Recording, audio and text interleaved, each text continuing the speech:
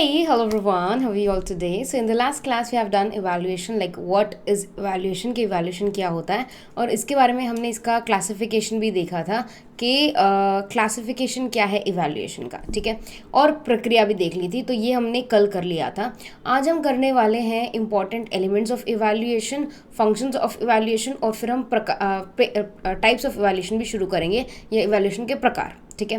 तो सबसे पहले इवैल्यूएशन जो एक शब्द है, ठीक है, उसके साथ बहुत सारे अलग अलग शब्द जुड़ते हैं, जैसे टेस्टिंग हो गया, मेजरमेंट हो गया, असेसमेंट हो गया, अप्रेजल हो गया, एग्जामिनेशन हो गया।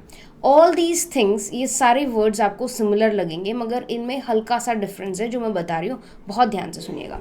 टेस्टिंग का मतलब होता है परीक्षा लेना, ठीक है।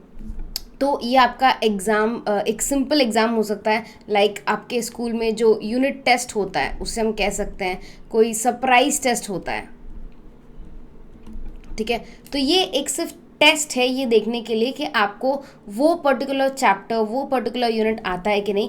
तो टेस्टिंग का स्कोप कम होता है, मतलब टेस्टिंग एक यूनिट का हो सकता है, एक चैप्टर का हो सकता है। यूजुअली इन सब चीज़ों का टेस्ट लिया जाता है। बट जब हम एग्जामिनेशन की बात करते हैं तो ये आपके पूरे सिलेबस या पूरे कोर्स का होता है। जैसे आपके नेट का एग्ज़ाम है, तो नेट के एग्ज़ाम में आपके 10 यूनिट पेपर 1 के और 10 यूनिट पेपर 2 के दोनों आएंगे, ठीक है। तो यहाँ पर examination is a combination of all the courses which you have done so far, जबकि टेस्टिंग में सिर्फ एक यूनिट या एक पर्टिकुलर पार्ट या एक पर्टिकुलर चैप्टर का टेस्ट लिया जाता है। तो ये एक मेजर फ़र्क आ गया, ठीक है।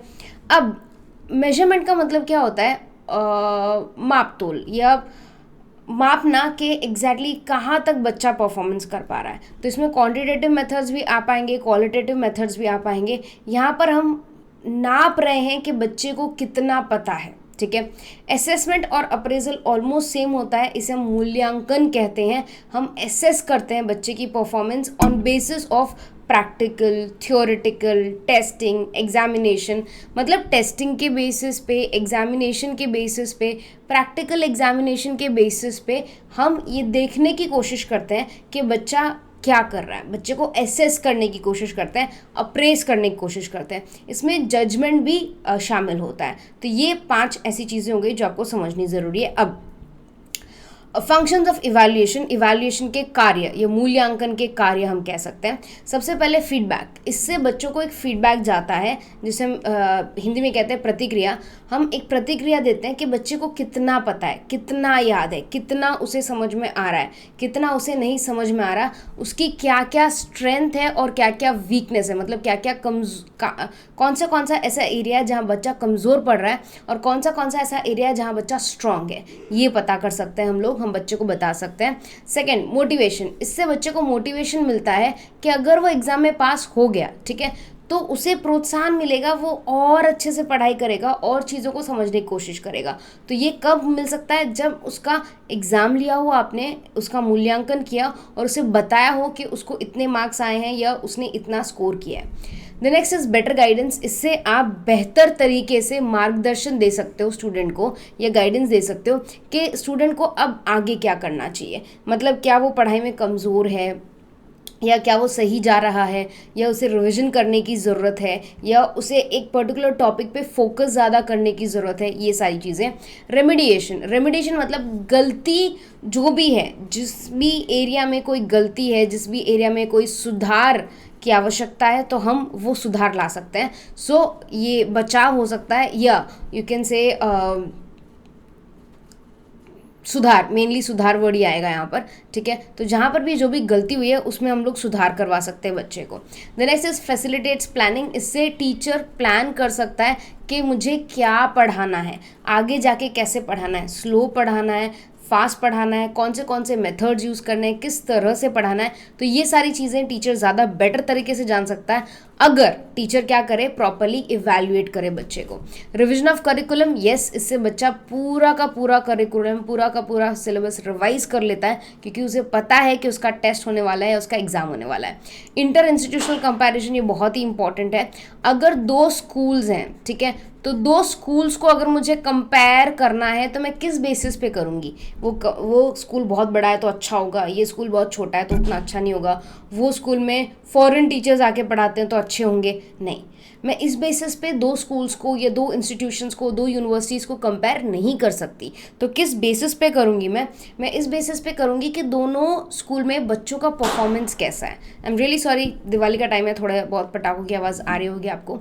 तो यहाँ पर हम लोग अगर दो इंस्टीट्यूट्स का, दो यूनिवर्सिटीज़ का, दो स्कूल्स का या दो कॉलेजेस का कंपैरिजन करते हैं या दोनों के बीच में अंतर या तुलना करते हैं, तो वो किस आधार पे होता है? वो इस आधार पे होता है कि वहाँ के बच्चे कितना अच्छा स्कोर कर रहे हैं, कितनी अच्छी पढ़ाई कर रहे हैं, कितना अच्छी चीज़ों को समझने की कोशिश कर रहे हैं। एजुकेशनल डिसीजन मेकिंग, यस, पढ़ाई लिखाई में जो भी डिसीजन मेकिंग होगा वो अगर आप इवैल्यूएशन के बाद करोगे, ठीक है, इवैल्यूएशन लेने के बाद करोगे तो वो बेटर रहेगा, क्योंकि अब आपको पता है कि आपका बच्चा किस लेवल पे है, उसे क्या समझ आ रहा है, क्या नहीं समझ में आ रहा, all that. And submission of progress report to patrons मतलब यहाँ पे पेरेंट्स हो सकता है, गार्डियंस हो सकता है, तो जो भी पर्सन रिस्पॉन्सिबल है उस बच्चे के लिए, ठीक है, उसको हम लोग बता सकते हैं कि भाई आपके बच्चे का परफॉर्मेंस ऐसा है, आप अपने बच्चे को इस तरह से इम्प्रूव कर सकते हो, या जो भी बेसिक फीडबैक आपको देना है। तो ये रहा फंक्शंस ऑफ इवैल्यूएशन इंग्लिश में। आप इसको एक बार हिंदी में भी आराम से पढ़ लीजिएगा पॉज करके, सो दैट अगर कोई भी दिक्कत हो तो आप प्लीज़ कमेंट सेक्शन में ज़रूर मेंशन कीजिएगा, ठीक है। और हाँ, अगर आपको ये वीडियो अच्छा लगे तो आप शेयर कर सकते हैं अपने फ्रेंड्स के साथ ना। इवैल्यूएशन के टाइप्स, प्रकार में जाने से पहले मुझे एक और चीज़ आपको बतानी है। वैसे बहुत सारे प्रकार हैं, और हाँ, मैंने पिछली बार आपको सेशन में पूछा भी था कि आप बता सकते हैं कि कितने प्रकार के इवैल्यूएशन आपको पढ़ने पड़ेंगे। ये मैंने क्वेश्चन आपसे पूछा था, ठीक है। तो आई कुड से ऑलमोस्ट 12 प्रकार, 12 टाइप्स तो आपको पढ़ने पड़ेंगे ही। 12 प्रकार का इवैल्यूएशन तो आपको पढ़ना ही पड़ेगा, ठीक है। तो सबसे पहले evaluation is equals to measurement plus assessment plus value judgement.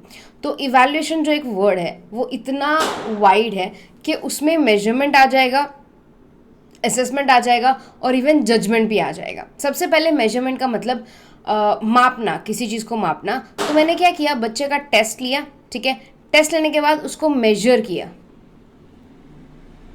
Fine, कि भाई आपका स्कोर कितना है। जैसे एक बच्चे का 90 मार्क्स आए आउट ऑफ 100, एक बच्चे के आए 80 मार्क्स आउट ऑफ 100, एक बच्चे के आए 70 मार्क्स आउट ऑफ 100। तो ये क्या किया मैंने मेजर किया, ठीक है, मेजरमेंट तो हो गया। मेजरमेंट के बाद वाला सर्कल है असेसमेंट। अब असेसमेंट के साथ यहाँ पर आएगा वैल्यू जजमेंट। यहाँ पर मैं देखूंगी ये बच्चा काफ़ी बेटर है, लाइक अगर मैं ABC का नाम दे दूँ, ठीक है, तो A काफ़ी बेटर परफॉर्म कर रहा है C से कंपैरिजन में, और B बेटर परफॉर्म कर रहा है C से कंपैरिजन में। तो मैं यहाँ पर जजमेंट पास कर रही हूँ, ठीक है। इन तीनों में से मुझे बेस्ट चूज़ करना पड़ेगा तो मैं A को चूज़ करूँगी।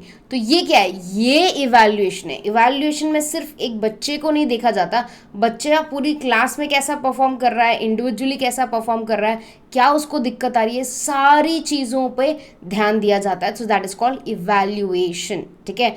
तो हाँ, एलिमेंट्स ऑफ गुड इवैल्यूएशन, अगर सही तरीके से आपको मूल्यांकन करना है, सही तरीके से आपको इवैल्यूएशन करना है, तो उसमें ये सारी पांचों चीज़ें होनी चाहिए। कौन सी चीज़ें?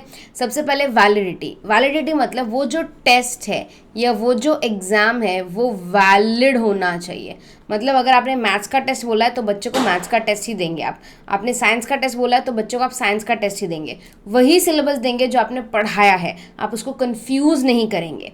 तो उसे हम कहते हैं वैलिड टेस्ट, ठीक है, कि भाई हाँ मैंने यही पूछा है और मैं यही क्वेश्चंस करवा रही हूँ, सो दैट मैं देख सकूँ कि आपने कितना पढ़ा है। तो दैट इज़ वैलिडिटी के बाद आता है रिलायबिलिटी का मतलब क्या है, जिस पे आप विश्वास कर सकते हो।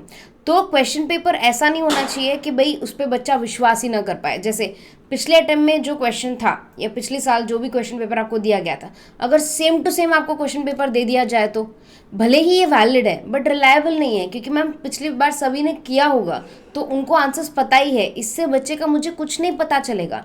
तो रिलायबिलिटी कब इंक्रीज होगी या विश्वास कब इंक्रीज होगा, जब बच्चा को एक नया टेस्ट दिया जाए जो पिछले सेशन से थोड़ा अलग हो, थोड़ा मिक्स भी हो तो चलेगा, बट हाँ उसको नए क्वेश्चंस, नए प्रकार के क्वेश्चंस दिए जाए तो वो ज़्यादा बेटर तरीके से प्रैक्टिस कर पाएगा। द नेक्स्ट इज प्रेडिक्टेबिलिटी, जहाँ पर पूर्व आप अनुमान लगा सकते हो कि भाई जैसे काफ़ी क्लासेस में ऐसा होता है कि कुछ बच्चे बहुत अच्छे से पढ़ाई करते हैं तो आप प्रिडिक्ट कर पाते हो कि हाँ इसके मार्क्स अच्छे आएंगे। कुछ बच्चे बिल्कुल नहीं पढ़ते तो आप ये भी प्रिडिक्ट कर सकते हो कि इसके मार्क्स अच्छे नहीं आएंगे। तो ये क्या हो रहा है, अगर इवैल्यूएशन सही है तो शायद आप प्रिडिक्ट भी कर पाओ। ठीक है, फेयरनेस, यस, ये एकदम फेयर होने चाहिए। ठीक है, सबके लिए बराबर होने चाहिए, किसी के लिए एकदम इजी और डिफिकल्ट नहीं होने चाहिए। हाँ, बच्चे की प्रिपरेशन बहुत अच्छी है तो बच्चे को ये इजी लगेगा, बट यस आपको भेदभाव, पार्शलिटी कुछ नहीं करना है। लास्ट इज यूजफुलनेस, ये जो भी आपने इवैल्यूएशन किया है बच्चे का वो यूजफुल होना चाहिए। किसके लिए, टीचर के लिए, स्टूडेंट्स के लिए, स्टूडेंट्स के पेरेंट्स के लिए, स्टूडेंट्स को अपने आगे की प्लानिंग करने के लिए, टीचर को अपने आगे की प्लानिंग करने के लिए, इंस्टीट्यूशन के लिए। अगर वो टेस्ट कहीं पे यूज़फुल ही नहीं है, अगर वो टेस्ट लेने के बाद कोई रिजल्ट ही नहीं निकल रहा तो हम वो टेस्ट ले ही क्यों रहे हैं। तो ये पांचों चीज़ें आपको ध्यान रखनी है। अगर इन पांचों चीज़ों में से कोई भी एक चीज़ मिसिंग है तो इसका मतलब ये मूल्यांकन सही तरीके से नहीं हुआ। ठीक है, तो अब हम जाएंगे टाइप्स ऑफ इवैल्यूएशन में। टाइप्स ऑफ इवैल्यूएशन मैं कल से स्टार्ट करवाऊंगी। इसमें हम 12 प्रकार के इवैल्यूएशन करेंगे। तो एक दिन मैं 6 प्रकार के करवा दूंगी, अगले दिन मैं 6 प्रकार के करवा दूंगी। ठीक है, so make sure you join this particular channel. और अगर आपको ये वीडियो अच्छा लगा हो तो लाइक कीजिएगा, शेयर कीजिएगा अपने फ्रेंड्स के साथ। और हाँ, पूरा स्केड्यूल अगर आपको नहीं मिला हो तो I will give you the schedule. Yes, ये रहा पूरा स्केड्यूल। तो ये स्केड्यूल आएगा 24 अक्टूबर को, मंडे से। वैसे मैं ट्राई कर रही हूँ कि कल से ही, मतलब 21 तारीख से ये स्केड्यूल फॉलो करूँ। और हाँ, संडे को छुट्टी है, प्लीज़ याद रखिएगा। तो ये 24 अक्टूबर मंडे से यही स्केड्यूल रहेगा। मेक श्योर आप सारे क्लासेस अटेंड करें। जो भी NTA UGC नेट मैनेजमेंट का पेपर दे रहे हैं उनके लिए स्ट्रैटेजिक मैनेजमेंट बहुत इंपॉर्टेंट हो जाता है, जो 8 PM पे मैं ले रही हूँ। और 9 बजे स्टैटिस्टिक्स में लूँगी। ये सारी सब कुछ रिकॉर्डेड मिलेगा। सिर्फ जो 10 बजे सुबह की क्लास है MCQ प्रैक्टिस वाली, वो मेरी लाइव रहेगी। ठीक है, so I hope this is very easy for you. Take good care of yourself, study hard everyone, bye.